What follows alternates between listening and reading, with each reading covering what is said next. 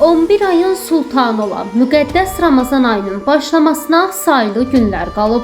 İslam dininin müqəddəs kitabı Qurani-Kərimdə oruç tutmağın hər bir müsəlman üçün vacib olduğu bildirilir. Ramazan ayında oruç tutmaq insanlara səbirli olmağı və nəfslərini tərbiyə etməyi öyrədir. Orucun tibbi cəhətdən də bir sıra faydaları var. Belə ki, il boyu fasiləsiz çalışan məddə və həzm sistemi gün ərzində istirahət imkanı əldə edir. Bismillahirrahmanirrahim.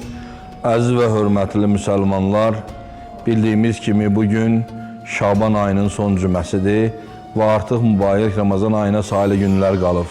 Qarşıdan gələn Ramazan ayının münasibətilə bütün dünya müsəlmanlarını təbrik edirəm. İnşallah Allahdan istəyirəm ki, Allah bu Ramazan ayında tutulan oruçları və olunan ibadətləri, verilən iftarları ali dərəcədə qəbul eləsin. Ramazan ayı, ümumiyyətlə ərəb ayları ayla bağlı olduğuna görə öncədən vaxtı haqqında dəqiq bir söz demək mümkün deyil. Ona görə də inşallah mən bu ayın ha vaxt daxil olma ehtimalını sizə inşallah deyirəm və dəqiqi ayın görünməyi ilə bəlli olacaq.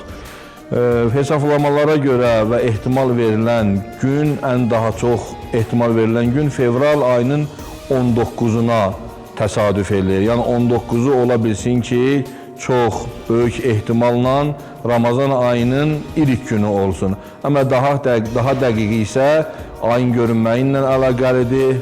Təbii ki, hər bir məktəbin, məzhəbin özünə fərqli bir qanunları var.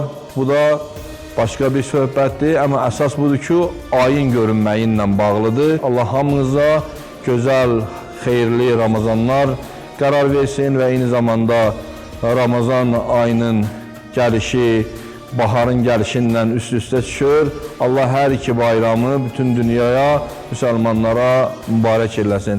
Və çalışaq ki, bu Ramazan ayında Ramazan ayının mənəvi cəhətlərinə daha çox əməl eləyək. Əgər bir adam siqaret çəkəndirsə da, üzr istəyirəm, Ramazan ayında da müəyyən qüsur səbəbə görə, müəyyən problemlərə görə oruç tutmursa da çalışsın zahirdə bu ayın ehtiramını qorusun və ictimai yerlərdə oruç tutan insanların yanında tüstüdən istifadə eləməsin və gözünə, dilinə, əlinə, təbii ki, mənəvi cəhətlərinə daha çox riayət eləsə, orucu daha savablı, daha kamil orucu olar.